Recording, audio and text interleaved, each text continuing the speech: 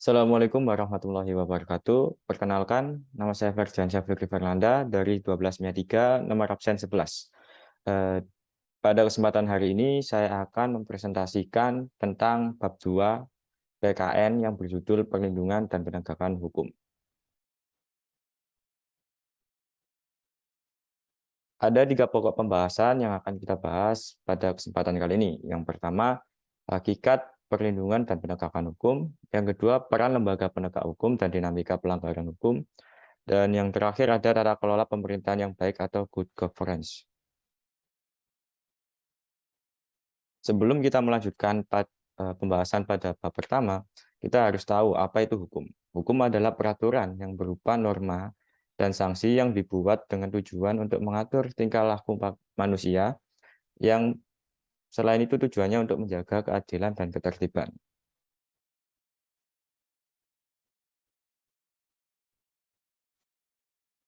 Kita masuk pada bab pertama, yaitu hakikat perlindungan dan penegakan hukum. Perlindungan hukum adalah upaya yang dilakukan oleh setiap orang maupun lembaga yang bertujuan mengusahakan pemenuhan kesejahteraan hidup sesuai hak-hak asasi yang ada. Perlindungan hukum bagi rakyat terhadap tindakan pemerintah dilandasi 2 prinsip negara hukum, yaitu yang pertama, perlindungan hukum preventif. Perlindungan hukum preventif yaitu perlindungan hukum kepada rakyat yang diberikan kesempatan untuk mengajukan keberatan atau pendapatnya sebelum suatu keputusan pemerintah menjadi bentuk definitif. Yang kedua ada perlindungan hukum represif, yaitu perlindungan hukum yang bertujuan untuk menyelesaikan masalah sengketa. Lalu ada penegakan hukum. Apa itu penegakan hukum? Penegakan hukum adalah proses norma-norma hukum secara nyata sebagai pedoman perilaku dalam kehidupan bermasyarakat, berbangsa, dan bernegara. Selanjutnya ada penggolongan hukum. Macam-macam hukum berdasarkan penggolongannya yaitu sebagai berikut. Yang pertama berdasarkan sumbernya, yaitu ada hukum berdasarkan undang-undang, kebiasaan atau adat, jurisprudensi, traktat, dan doktrin. Yang kedua ada hukum tempat berlakunya, yaitu ada hukum nasional, internasional, asing, dan gereja. Yang ketiga ada berdasarkan sanksinya, yaitu yang memaksa dan yang mengatur atau melengkapi. Yang keempat ada hukum yang berdasarkan isinya, yaitu privat dan publik. Yang kelima, berdasarkan cara mempertahankannya. Yang pertama ada hukum material dan hukum formal. Yang keenam, berdasarkan bentuknya, yaitu ada tertulis dan tidak tertulis. Dan yang ketujuh, berdasarkan wujudnya, yaitu ada yang objektif dan ada yang subjektif. Yang kedelapan, berdasarkan masa berlakunya. Ada yang hukum positif, hukum yang dicita-citakan, dan hukum universal. Sumber hukum formal.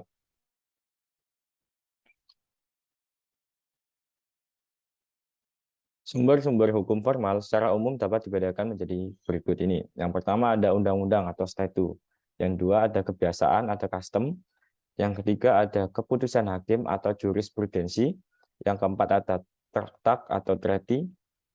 Dan kelima ada hukum doktrin, ada peraturan pemerintah, ada kepres dan impres, peraturan menteri, keputusan menteri, peraturan daerah atau perda dan keputusan kepala daerah. Yang berikutnya ada sikap masyarakat terhadap hukum. Di sini ada 3, dibedakan menjadi 3. Yang pertama, perbuatan yang sesuai hukum. Apa itu perbuatan sesuai hukum? Perbuatan sesuai hukum adalah segala perbuatan dan perilaku yang sesuai dengan prosedur hukum yang berlaku atau perbuatan yang tidak melawan dan tidak melanggar aturan yang berlaku. Yang kedua adalah perbuatan yang tidak sesuai dengan hukum, yaitu kebalikannya yang nomor 1, yaitu adalah perbuatan yang melanggar hukum, perbuatan yang sengaja melalaikan atau melanggar hak-hak orang lain.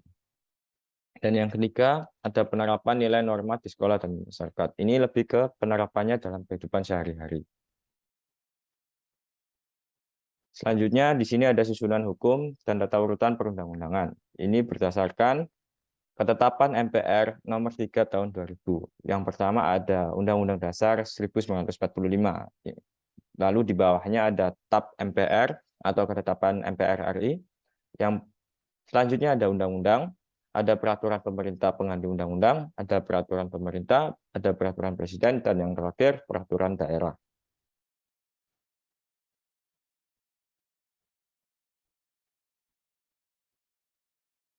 Hukum perlindungan dan penegakan hukum. Perlindungan dan penegakan hukum dalam konstitusi memiliki dasar hukum dalam Undang-Undang 1945, yaitu sebagai berikut. Yang pertama ada pasal 27 ayat 1 UUD RI 1945, ada pasal 28 ayat 1 UUD RI 1945, ada pasal 24 ayat 1 UUD RI 1945, dan ada pasal 28 ayat 5 Undang-Undang Dasar Republik Indonesia tahun 1945. Pentingnya perlindungan dan penegakan hukum.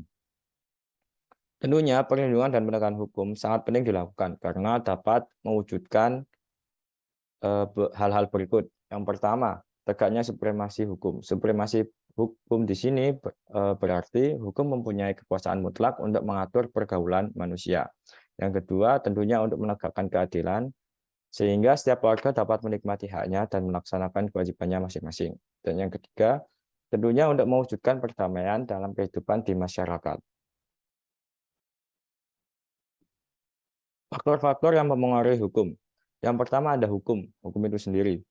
Hukum yang dibuat tidak boleh bertentangan dengan ideologi negara. Yang kedua ada penegak hukum. Penegak hukum yakni pihak-pihak yang secara langsung terlibat dalam bidang penegakan hukum, seperti kepolisian, kejaksaan, kehakiman, kepengacaraan, dan masyarakat. Yang ketiga ada masyarakat itu sendiri. Hukum berasal dari masyarakat dan bertujuan untuk mencapai kedamaian di dalam masyarakat. Oleh karena itu, masyarakat dapat memengaruhi penegakan hukum di mana peraturan hukum berlaku dan diterapkan. Yang keempat ada sarana dan fasilitas. Tanpa adanya sarana dan fasilitas, tentu maka tidak mungkin penegakan hukum berlangsung dengan lancar. Dan yang kelima ada kebudayaan. Kebudayaan yaitu sebagai hasil karya, cipta, dan rasa yang didasarkan pada karsa manusia di dalam pergaulan hidup. Peran lembaga penegak hukum dan dinamika pelanggaran hukum.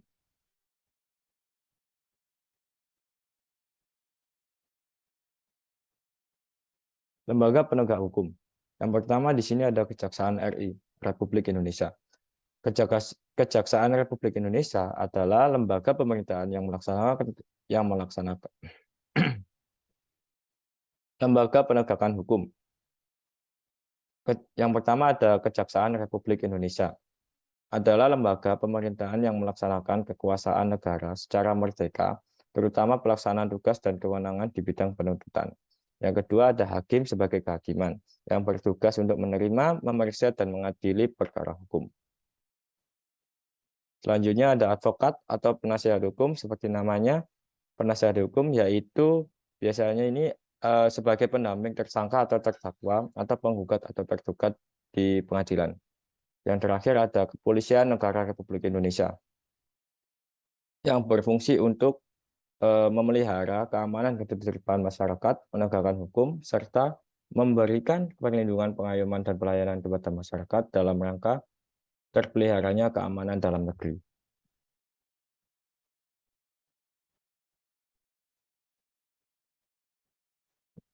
Selanjutnya adalah berbagai kasus pelanggaran hukum. Perilaku yang bertentangan dengan hukum timbul karena kurangnya kesadaran hukum oleh masyarakat itu sendiri. Ketidakpatuhan terhadap hukum yang dapat timbul karena dua hal, yakni pelanggaran hukum yang dianggap biasa atau hukum yang berlaku sudah tidak sesuai dengan kehidupan sehari-hari. Contoh, ini ada beberapa contoh perilaku yang bertentangan dengan hukum.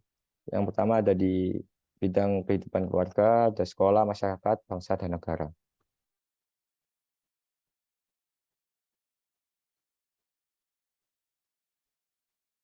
Berikutnya ada macam-macam sanksi atas pelanggaran hukum. Ini yang pertama ada norma agama. Ini bersifat tidak langsung karena diperoleh setelah meninggal dunia. Yang kedua ada sanksi kesusilaan. Sanksi bersifat tidak tegas karena hanya diri sendiri yang merasakan atau merasa malu, menyesal, dan sebagainya. Yang ketiga ada norma kesopanan. Yang sanksi ini bersifat tidak tegas, tetapi dapat diberikan masyarakat dalam bentuk celaan, kecemoohan, atau pengucilan dalam pergaulan. Yang keempat ada norma hukum. Ini sanksinya bersifat tegas, nyata, mengikat, dan memaksa bagi orang tanpa terkecuali. Selanjutnya ada partisipasi dalam perlindungan dan penegakan hukum. Pada di sini ada beberapa bidang. Yang pertama ada bidang ekonomi, yaitu yang pertama kita tidak boleh melakukan KKN atau korupsi, kolusi, nepotisme. Yang kedua tidak mengeksploitasi alam secara berlebihan, lalu tidak berjualan sembarangan.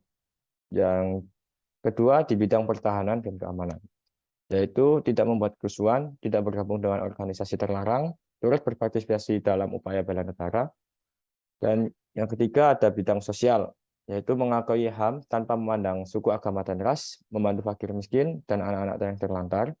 Yang keempat ada norma hukum, yaitu mencintai budaya tanah air, mengembangkan kebudayaan nasional, melestarikan nilai luhur bangsa Indonesia. Dan kita sampai kepada bab terakhir, yaitu tata kelola pemerintahan yang baik atau good governance. Konsep tata kelola pemerintahan. Tata kelola pemerintahan ditinjau dari segi fungsional, yaitu dari segi aspek governance, apakah pemerintah berfungsi secara efektif dan efisien dalam mencapai tujuan yang digariskan, atau justru tidak berfungsi secara efektif dan tidak terjadinya efisiensi.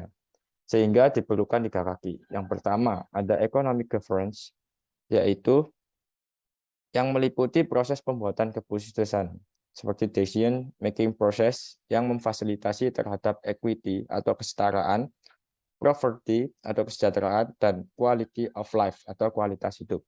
Yang kedua ada political governance. Political governance adalah proses keputusan untuk formulasi kebijakan. Yang ketiga ada administrative governance adalah sistem implementasi proses kebijakan. Lanjut, berikutnya yaitu ada karakteristik tata kelola pemerintahan. Yang pertama ada partisipasi, di mana setiap warga negara mempunyai suara dalam pembuatan keputusan, baik secara langsung maupun melalui intermediasi institusi.